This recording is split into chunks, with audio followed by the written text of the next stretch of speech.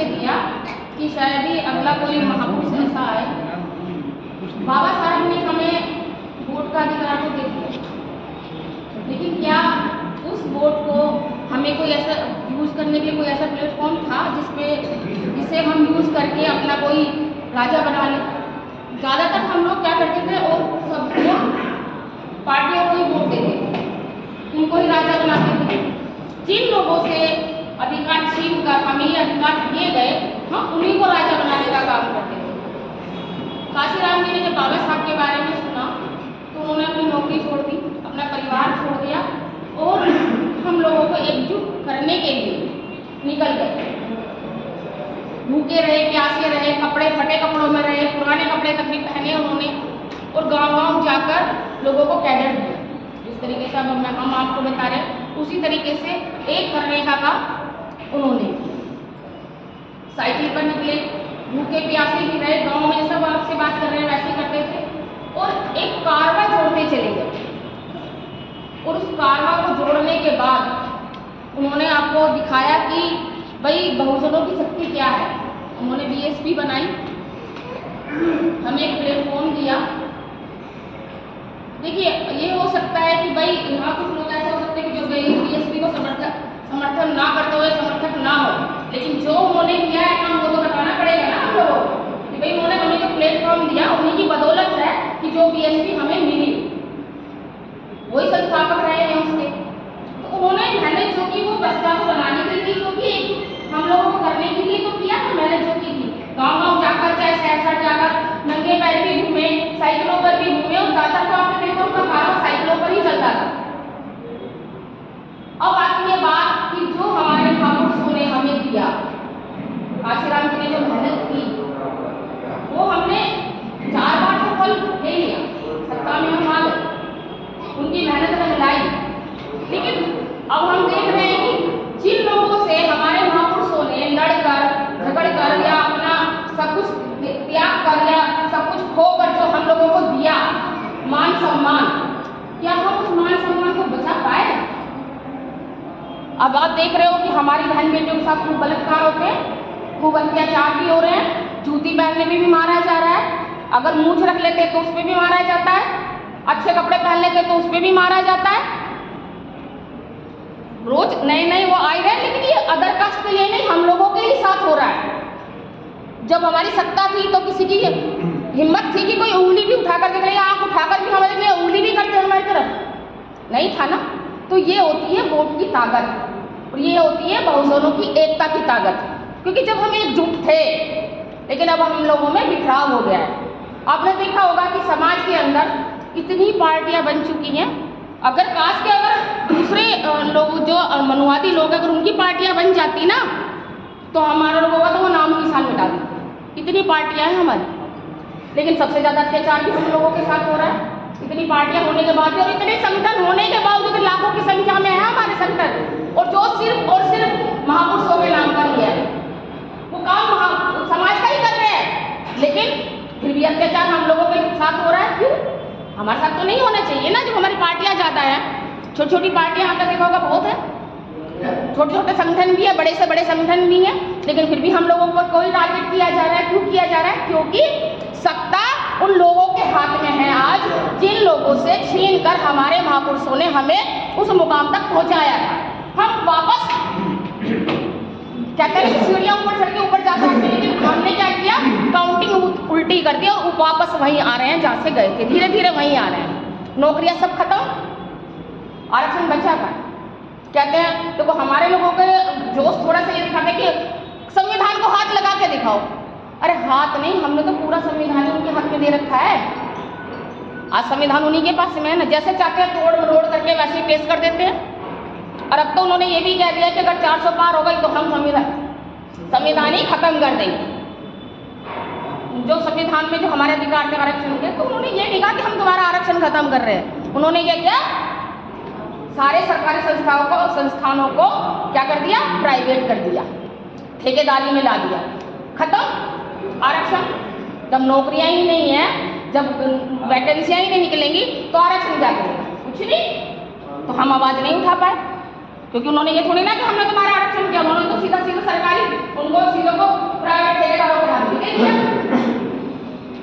तो ये गलती किसकी? हम लोगों की क्यों है? क्योंकि जिस वक्त जो समय था हम लोगों के लिए, वो हमारे बड़े बूढ़ों का था कि भाई हमें चलने फिरने का भी अधिकार नहीं था, हमें पूजा पाठ करने का अधिकार नहीं था, हमें अच्छा खाने खाने का अधिकार नहीं था, हमें अच्छे घरों में रहने का अधिकार नहीं था। लेकिन हमारे महापुरुषों ने संघर्ष करके, जितने भी पहले महापुरुष रहे, चाहे गुरु रविदास जी रहे, चाहे संत बाबा गाड़गे रहे, चाहे बाबा साहब रहे, चाहे काशीराम जी रहे, चाहे अन्य संत रहे, उन्होंने क्या किया कि सिर्फ बराबरी के लिए लड़ाई लड़ी और अपना राज लाने के लिए लड़ाई लड़ी इन मनुवादियों से। लेकिन उन्होंने तो अपना काम किया, लेकिन हमने क्या किया कि जब हमें वो सुविधाएं मिल गई, रहने के अच्छे से अच्छे घर मिल गए, कपड़े मिल गए, गहने जेवरात रह गए, नौकरियां मिल गई, अच्छी अच्छी जगहों पर रहने लगे हम लोग, तो क्या किया हम लोगों ने कि जिन चीज़ों से हमें वंचित रखा गया था, जैसे कि मंदिरों में जाना हमारे लिए अलाउ नहीं था। अगर कोई पहले मंत्र वगैरह सुन लेते थे तो मारते पीटते थे, जीभ तक भी काट लेते थे। हमें अच्छा खाने का भी अधिकार नहीं था, लेकिन हमें सब ये मिला। तो लेकिन हम लोगों ने क्या किया कि वो वक्त जो हमारे महापुरुषों का तो भूलिए, क्योंकि हम लोगों को तो वो वक्त मिला नहीं ना। अगर काश के मिलता तो कुछ समझते भी। मनुस्मृति को अगर आप पढ़ लेते तो संविधान का महत्व समझ भी जाते, लेकिन आपने मनुस्मृति सिर्फ नाम सुना है, पढ़ी तो किसी ने भी नहीं होगी। बस इक्का दुक्का जैसे सुन लेते हैं तो वो समझ में आता है कि मनुस्मृति में हमारे लिए ये लिखा था। लेकिन हम लोगों को कहते हैं ना कि संविधान पढ़ना चाहिए, संविधान से पहले हमें मनुस्मृति पढ़नी चाहिए। क्यों?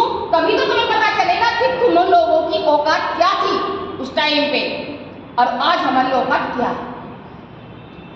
तभी तो उसका महत्व पता चलेगा ना आपको कि संविधान में हमें कितने अधिकार मिल गए। उन चीजों से निकाल के, हमें गंदगी से निकाल के हमें कहाँ बैठा दिया बाबा साहब ने और अन्य महापुरुषों ने। आज वोट हमारा जो है, हमारे लोग जो क्या करते हैं कि एक एक दो दो रुपए ही कहूंगी मैं तो, क्योंकि उसकी उनकी कोई बात नहीं, क्योंकि हमारे बच्चे इतना खर्च कर देते हैं। अगर 1000-500 रुपये हमें देते हैं वोट के समय में, तो हम ले लेते हैं अपना कीमती जो वोट है, जो बाबा साहब ने अपने 4-4 बच्चे कुर्बान किए और अपनी पत्नी तक भी कुर्बान कर दी उन अधिकारों को आपको देने के लिए। बाबा साहब ने कहा था कि देखो संविधान में लिख दिया हूँ, लेकिन जो राजा होगा वो संविधान खत्म करने का अधिकार रखता है, वो कर ही रहा है ना। उसने कहा 400 पार तो हम संविधान खत्म कर देंगे, कहा ना उसने, और सरेआम बोल रहा है। उसे पता है कि ये जो बहका हुआ हमारा समाज है वो उसको दे ही देगा, पैसों में, चाहे साड़ी में, चाहे घेवरों में, चाहे जिस चीज में बिक जाए, दे ही देगा वो कीमती वोट। बाबा साहब ने कहा मैं संविधान, किसी भी देश का संविधान कितना भी अच्छा हो, अगर उसको चलाने वाले अच्छे नहीं है ना तो वो बेकार साबित होगा। और किसी भी देश का संविधान कितना भी बेकार हो, अगर उसको चलाने वाले ईमानदार लोग हैं तो वो अच्छा साबित होगा। आज क्या हो रहा है? गंदे लोग, बेकार लोग जो हमें सदियों से थकाते आए हैं, उन लोगों के हाथ में आज संविधान है और वो उसका गलत ही उपयोग कर रहे हैं देश के अंदर। और वो अपने लोगों पे कोई अत्याचार नहीं कर रहे किस पे? हम लोगों के ऊपर ही कर रहे हैं, क्योंकि उनका तो टारगेट हम सदियों से हम ही रहे हैं। ये तो हमें समझना चाहिए ना। हमारी बहन बेटियां जो हैं वो संविधान नहीं पढ़ेंगी, प्रोग्रामों में नहीं आएंगी। अब देखो इतने हम पुरुषों की संख्या है और महिलाएं कितनी है? ज़्यादा 8 या 10 होंगी। ये कमी महिलाओं की नहीं है, ये कमी किसकी है? ये पुरुषों की कमी है। कहेंगे कि हमारे घर में तो वो 33 करोड़ देवी देवता ही पड़े रहते हैं, मानती ना है, मेरी बहन नहीं मानती, मेरी माँ नहीं मानती, मेरी बीवी नहीं मानती, मेरी बेटी नहीं मानती, तो मानेगी कैसे? क्योंकि आप तो आ जाते हो सुबह नहाओगे, लंच करके घर से निकल आते हो प्रोग्राम करने के लिए और इनको घर में ही छोड़ आते हो। तो ये क्या सीखेंगी? वो टीवी देखेंगी, खोलेंगे तो उसमें वो देवी देवता आते रहते हैं, उस माता ने उसको मार दिया, उसने वर्तन करा तो ये खराब हो गया, उसका बच्चा बीमार हो गया, तो उनके दिमाग में वही घुसा रहता है। अगर आप काश से अगर ऐसे प्रोग्राम में लाए तो थोड़ी बुद्धि भी खुलने का काम हो। क्यों नहीं खुलती? इसीलिए नहीं खुलती। तो ये गलती महिलाओं की नहीं है, आम लोगों की है। एक बार तो आप कहते हो कि हम संविधान को मानने वाले नहीं, संविधान में भी तो बराबरी का अधिकार दिया है महिलाओं को, तो आपको यहाँ बराबरी की भागीदारी रखनी चाहिए ना महिलाओं की। या आप ही सारा मिशन चला लोगे, महिला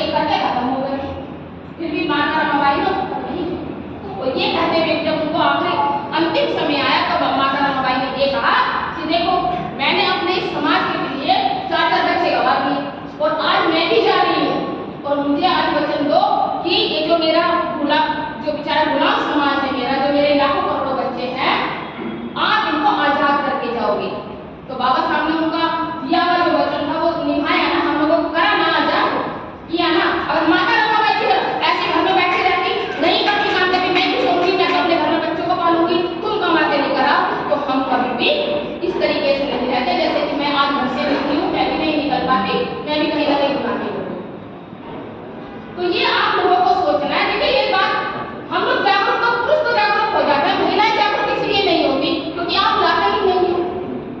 और कभी बताता हूँ कि अगर आज प्रोग्राम था, अगर आप एक काम करते कि भाई आज प्रोग्राम है खुद बिहार के अंदर, चलो भाई आज सुबह जल्दी उठ लेते हैं दोनों, तुम ये काम कर लो, तुम खाना बना लो, मैं झाड़ू पोछा कर देता हूँ, या कुछ अन्य काम पर तो कपड़े धो देता हूँ, तो जल्दी खत्म हो जाएगा, तो हम दोनों के दोनों प्रोग्राम में चले जाएंगे। तो महिला भी जागरूक हो जाएंगे आपके साथ। जैसे आप कहीं भी जाके स्पीच दे ले तो या इंटरव्यू दे ले तो महिला भी आपके घर की महिलाएं कैसे हो जाएंगी। तो आगे से देखिए ये वादा करिए कि महिलाओं को जरूर कैडरों में लेकर आओगे, क्योंकि कैडर ही है जो इनको उस गुलामी वाली जो मानसिकता है, जो पूजा पाठ वाली है, ये अन्य जो ये बुरा तरीके से सबसे कभी निकलेंगे, क्योंकि हम लोग भी ऐसे ही निकलेंगे। अगर हम भी प्रोग्राम में नहीं जाते तो हम भी आज वही बच्चे पाल रहे होते या वो टन में जाते रहते बैठे हुए। तो हम जो बात कर रहे थे, देखिए हमारा समाज जो बिखर गया, जब काशीराम जी थे तब एक हो गया, लेकिन आज जो है हम बिखराव की स्थिति में है। और बिखराव का मतलब है कि एक अगर आप लकड़ी ले लो तो उसको आप बड़ी आसानी से तोड़ दोगे, और वही 10-12 अगर लकड़ियां इकट्ठी करके बांध लो तो तोड़ने की कोशिश करो तो टूटेगी नहीं, बड़ी लकड़ी। तो वही काम हम लोगों को भी तो करना है। हम जो बिखराव की स्थिति में घूम रहे हैं, हमें एकजुट होना है।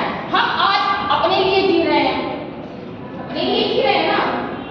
अब हमारे जो बच्चे आएंगे, अब जो ये सब कुछ खत्म हो गया है संविधान के अंदर से, और हमारे बच्चों के ऊपर अत्याचार हो रहा है, नौकरियां नहीं है, कुछ भी नहीं है, तो वो क्या कहेंगे कि देखो हमारे महापुरुषों ने तो इतनी मेहनत की, त्याग किए, अपने बच्चे तक भी गवा दिए, और हमारे माँ बापों ने क्या किया, सिर्फ और सिर्फ नौकरी करे, हमें खिलाया पिलाया, बाकी कोई संघर्ष नहीं किया। और जो हमारे लोग महापुरुष हम लोगों को देकर गए वो भी खत्म करवा दिया, सिर्फ आंख बंद करके घर में बैठे।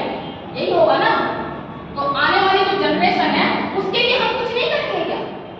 क्या हमारे महापुरुषों का ही सारा फर्ज था सब कुछ करने का? हमारा कुछ नहीं है। हमें देगा हम सिर्फ ये है कि हम खाएंगे पिएंगे, ऐसा आराम से रहेंगे, बस हो गया काम। ऐसा नहीं होगा। अब आने वाला जो समय है ना वो गुलामी की तरफ जाएगा। आपको धीरे धीरे धीरे धीरे धीरे उसी पायदान पर लेकर खड़ा कर देंगे जहाँ से हम लोग आए। सही आम बोलते हैं, हम डर नहीं है इनको किसी भी चीज का कि भाई अगर हम ये कहेंगे हमने संविधान खत्म कर दिया तो ये लोग हमें वोट नहीं देंगे, कुछ नहीं करेंगे। इनको पता है ये समाज को बिखराव की स्थिति में है, बिखराव में है, तभी तो ये हमारा फायदा उठा रहे हैं। हमें एकजुट होना है, हमें मेहनत करनी है, हमें घर घर जाना है, हमें बताना है, 2-2 घंटे देने हैं अपने घरों में से निकल के। हम अगर ड्यूटी से आते तो 2 घंटे हमें समाज में जाना चाहिए, समझाना चाहिए कि भाई आने वाला समय इस तरीके का है। अगर अभी हमने एक होने की बात नहीं की तो आने वाला समय हमारे बच्चों के लिए। और वो आप ये सोचते हो कि भाई गुलामी ऐसी होगी कि जैसे पहले गले में हांडी डाल दी जाती थी, पीछे झाड़ू लगा दी जाती थी, तो वो वाली गुलामी तो आने वाली नहीं है। क्योंकि भाई मॉडर्न जमाना तो गुलामी तो मॉडर्न ही होंगे ना, मॉडर्न ही होंगे ना गुलामी तो वो इंतजार करिए कि वो झाड़ू टांगेंगे या घड़ा टांगेंगे, वो सब नहीं होगा। मैं आपको एक कहानी सुनाती हूँ। एक गाँव में पति पत्नी रहते थे। अब उनके घर में चूहे ज्यादा हो गए, तो उनकी वाइफ ने कहा कि भाई घर में चूहे हो गए हैं और चूहे लाने आनी है बाजार से। तो वो चूहे दानी लेकर आते हैं, रात को लगा देते हैं चूहे दानी। तो वो चूहा पकड़ने के लिए लगाई थी, लेकिन उसमें फंस गया चूहा। और जब वो फटाक से आवाज आई तो अंधेरा था गाँव में, तो कांटे को दिया जला के, तो उसने देखा कि भाई कहीं चूहा फंस गया, उसने हाथ चलाया तो सांप, उसने सांप ने काट लिया उसको। और अगले उसको वैद्य के यहाँ लेकर गए। वैद्य ने कहा कि भाई उनके घर में एक कबूतर था जो पाल रखा था, एक बकरा था और एक मुर्गा, और चूहा तो थे ही वहाँ पे। तो जब वैद्य के पास लेकर गए तो उसने कहा भाई उनको कबूतर का सूप दिया। तो जब चूहा बीच में भूल गई मैं, जब वो मंगोल लेके आए जो चूहेदानी थी, तो चूहे को उसने देखा भाई चूहेदानी घर के अंदर आ गई। तो उसने कहा, मुर्गे के पास गया वो सबसे, उसने कबूतर के पास गया, कबूतर से कहा कि भैया घर में ना चूहेदानी आ गई है। तो वो हंसने लगा, बोला कि तो मैं क्या करूँ, उसमें फंसेगा तो तू ही। तो चूहा बेचारा वहाँ से मायूस होके मुर्गे के पास गया। मुर्गे से कहा मुर्गे भाई घर के अंदर तो चूहेदानी आ गई है। तो उसने वो भी जोर जोर से हंसने लगा। बोला मैं थोड़े ना फंसूंगा उसके अंदर, तू ही तो फंसेगा उसके अंदर। वो वहाँ से भी गया, वो बकरे के पास गया तो बकरे से कहा कि बकरे भाई देखो घर में ना चूहेदानी आ गई है। वो और भी लोटपोट करके हंसने लगा। बोला यार मैं थोड़े ना फंसूंगा उसके अंदर, तो तू ही तो फंसेगा। और वो बेचारा वहाँ से घर को छोड़कर चला गया। और वो चूहेदानी तो लगाई दी थी तो उसमें सांप फंस गया। जब सांप फंसा तो उसने पकड़ा तो उसने काट लिया। अब वैद्य के पास लेके गए तो उसने कहा कि ऐसा है, इसको ना कबूतर का सूप पिलाओ। तो जब घर आए वो जो कबूतर पाल रखा था उसको काटा पीटा उसका सूप बना दिया। फिर 2-4 रिश्तेदार आए, 2-4 आए तो मुर्गा काट दिया उनको दावत के लिए, देखने के लिए आए। अब जब वो ठीक हो गई तो उन्होंने खुशी में क्या किया, उस बकरे को भी काट दिया। तो इस कहानी से जो शिक्षा मिलती है हम लोगों को ये मिलती है कि ये मत सोचो कि इसके साथ अत्याचार हो रहा मेरे साथ नहीं होगा। कल को क्या पता कि उनके साथ हुआ तो कल को मेरा भी नंबर आ जाएगा। हमें एक दूसरे का साथ देना चाहिए। कभी भी किसी पे मुसीबत पड़ती है तो हमें उनके यहाँ खड़े रहना चाहिए कि भाई हम आपके साथ हैं, क्योंकि कल को अगर हम उनके साथ देंगे तो कल को वो हमारा भी तो साथ देंगे। तो इस कहानी से ये शिक्षा मिलती है कि हमें एक होकर रहना चाहिए। अब आते हैं कि जो संविधान है वो खत्म होने की कगार पे। अब कगार पे क्यों है? क्योंकि उनको गुलाम चाहिए। जो पहले बड़ी व्यवस्थाएं थी, ब्राह्मण, वैश्य, क्षत्रिय, वैश्य और शूद्र, तो अब वो व्यवस्था तो है नहीं। अब हमारे लोगों ने ही जो अब हम पे जो हो रहे हैं जुल्म, वो क्यों हो रहे हैं? बाबा साहब ने जब हमें अधिकार दिए, क्यों दिए? वो इसलिए दिए कि भाई हमारा जो ये जो गुलाम समाज है जो मेरा, मैं इनको इनकी बराबरी में लाके खड़ा करूँगा। और बाबा साहब को मौका नहीं मिल रहा था। सबसे ज़्यादा महिलाओं में 4-5 जो महिलाएं, मैं इनको ही बताना चाहूँगी ये बात कि बाबा साहब ने सबसे पहले हम लोगों को, सर्व समाज की जो महिलाएं थी उनके लिए सोचा। बाबा साहब ने देखा कि भाई भारत में मेरे ही समाज की महिलाओं की दुर्गति नहीं है, अन्य जो समाज की महिलाएं उनकी भी वही दुर्गति है। पहले हमें इतना कपड़ा पहनने का अधिकार नहीं था, पहले हमें जमीन जायदाद का अधिकार नहीं था, पहले हमारे जो पति मर जाते थे तो हमें सती कर दिया जाता था, छोटी ही अवस्था में शादी कर दी जाती और उसका मुंह तक भी नहीं देखते थे। आपने देखा होगा ना, ये तो सुना भी होगा आपने, फिल्मों में तो आता ही है ये सब भी।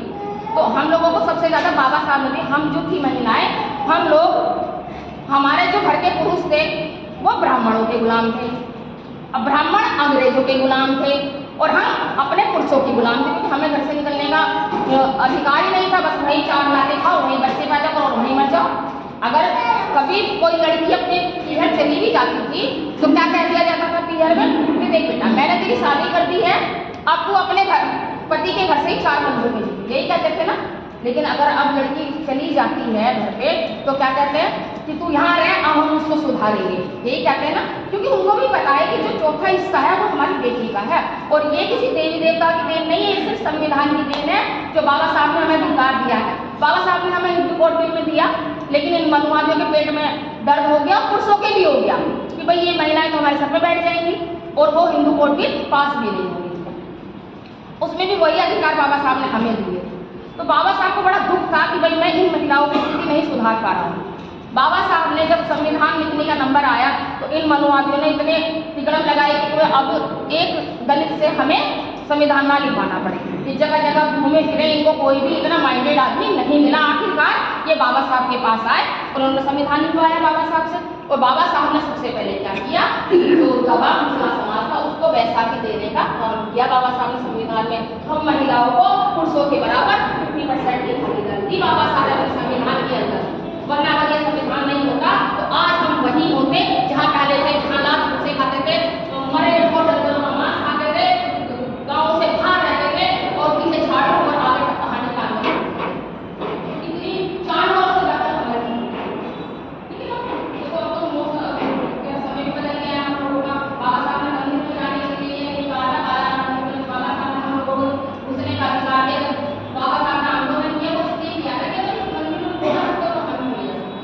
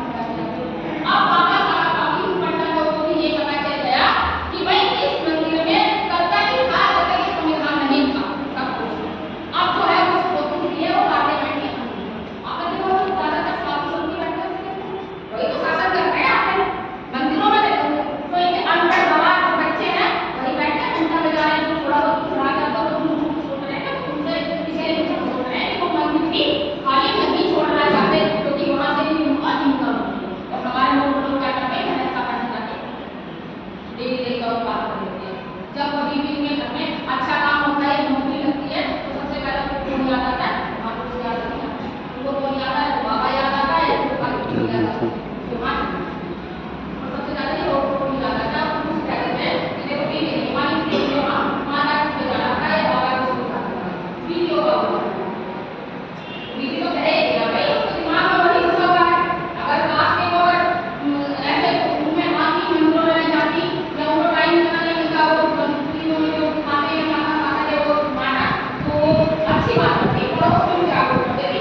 अब मैं कोई भी महिला अगर जागरूक है अब मैं अपने उदाहरण दे देती हूँ कि मैं जो हूँ मैं भी ऐसे नहीं थी जो मैं आपको बता रही हूँ। मैं भी इतना बड़ा मंदिर लगा और मैं किसी की सुनती भी नहीं थी और जब तक मैं नहाकर पूजा ना करूँ तो मैं खाती भी नहीं थी चाहे 5 ही बज जाए शाम को। उस चीज़ से मैं कैसे नहीं थी जैसे अब आप आई वैसे मैं भी एक प्रोग्राम में गई। अब मुझे ये महसूस होने लगा अपने अंदर से कि भाई कुछ लोग मुझे भी उस चीज़ से निकालने के लिए आए थे मेरे, लेकिन जब उन्होंने देखा कि इतना बड़ा मंदिर लगा रखा है इसमें से किस किस देवता से कब पीछे छुड़ाएंगे लोग टाइम उसको खुद ही रख के बैठेंगे तो वो लोग चले गए और उन्होंने मुझसे कहा कि भाई प्रोग्राम में आओ। तो मैंने कहा देखो मैं तो अपना धर्म को छोड़ूंगी नहीं, हिंदू धर्म नहीं छोड़ूंगी। तो उन्होंने कहा कि आप छोड़ना मत लेकिन आप प्रोग्राम में तो आओ। मैं गई, मैं वाली में बैठ गई और जब मैंने सुना ना सच में बताऊं तो मुझे अपने आप पर ही ना शर्म आ गई कि जिन महापुरुषों ने इतनी मेहनत की इतने त्याग किए हम लोगों के लिए अपने बच्चे तक भी गवा दिए और मैं उनको न मानकर मैं इन 33 करोड़ों को ढो रही हूँ अपने घर, घंटे बजा रही हूँ, कीर्तन करा रही हूँ, जागरण करा रही हूँ, सारे त्योहार मना रही हूँ। तो मुझे अपने जीवन पर धिक्कार। फिर उसी जब मैं 2-3 प्रोग्राम अटेंड कर ली उसी में मैंने उन देवी देवताओं सबको बाहर का रास्ता निकाला। देखिए इतना आसान नहीं होता इन चीज़ों को अपने घर से निकालना, क्योंकि अगर आप महिला है और आप जागरूक वगैरह आप निकाल दिए तो आपकी सास नहीं निकालने देगी, आपकी नंद नहीं निकालने देगी, आपकी जेठानी नहीं निकालने देगी। लेकिन एक प्रण करनी चाहिए। मैं आपको एक प्रण के ऊपर ही यहीं से फिर दोबारा शुरू करिए। प्रण कर लीजिए कि एक गांव में दूसरा वो आपस में लड़ते थे तो एक बुजुर्ग ने कहा कि भाई मैं हमारे सरकार बनाना चाहता हूँ। तो उसने कहा कि भाई आओ सब, एक ऐसा खंभा था कितना सा बड़ा सा, तो उन्होंने कहा कि जो इसके ऊपर चढ़ जाएगा वो तुम्हारा सरदार हो जाएगा, कि वो आपका सरदार हो। तो उन्होंने कहा कि ठीक है। सारे चूहे चढ़े और सबने कहा यार ये तो बहुत बड़ा है, ये तो बहुत चिकना है, ये तो गिर जाएगा यहाँ से, नहीं चढ़ पाएगा। अब वो ऐसे करके गिरते चले गए, सारे गिरते चले गए। तो एक चूहा जो था वो चढ़ गया। अब वो आया नहीं तो सारे चूहे दिखाने लगे भाई ये बता तू कैसे चढ़ गया, सब तो गिर गए, तू कैसे चढ़ा होगा। तो जो बुजुर्ग चूहा था उसने कहा चढ़ा मैं बताता हूँ कैसे चढ़ा। ये बहरा है तो तुम क्या कहते नहीं चिकना है, नहीं चढ़ पाएगा ये बड़ा। तो इन्होंने तुम्हारी बातें सुनी गई गिर गए, अब इसने सुनी ही नहीं इसलिए चढ़ गया। तो वही बात आप लोगों का नहीं है, उन चीजों को घर से बाहर निकालना है।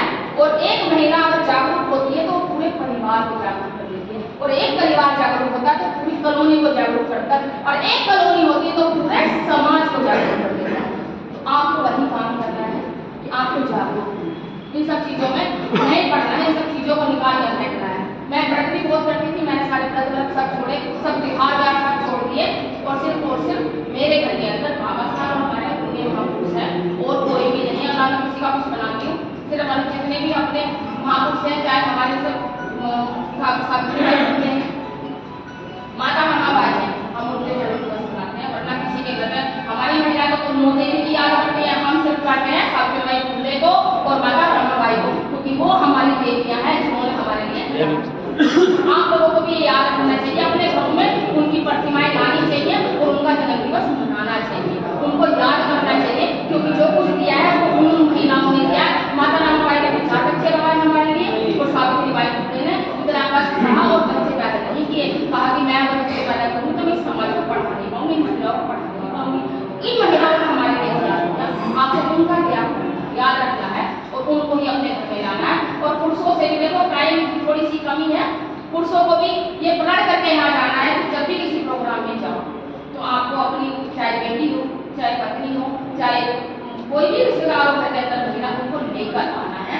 कभी वो जागरूक होंगी, कभी हम इस मनोवादी सरकार से लड़ पाएंगे और आपको अपनी सरकार लानी है। क्योंकि देखिए बाबा